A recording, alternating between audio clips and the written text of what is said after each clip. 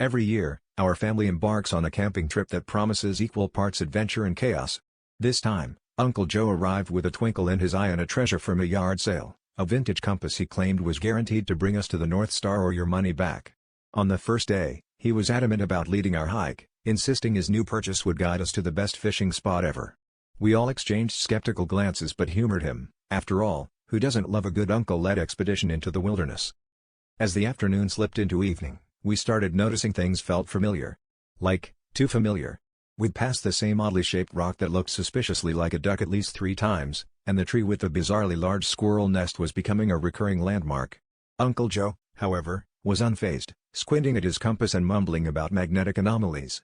My cousin Sarah suggested it might be time to switch to the GPS on her phone, but Uncle Joe waved her off, claiming technology had nothing on his trusty compass. By the time the sun began to set, our stomachs were grumbling louder than the nearby stream. Uncle Joe stopped abruptly, studying his compass as if it held the secrets of the universe. Just then, we heard a quack. Not the quack of a distant duck, but a very close, very real quack. We turned to see a family of ducks waddling by, looking at us with what could only be described as judgmental eyes. It was as if they were saying, "You lost?" Uncle Joe, still peering at his compass, finally admitted, "All right, folks, I think it's time we admit it, we're on a wild goose chase." We all burst into laughter, the absurdity of the situation catching up with us. Uncle Joe shrugged, pocketing his compass with a sheepish grin.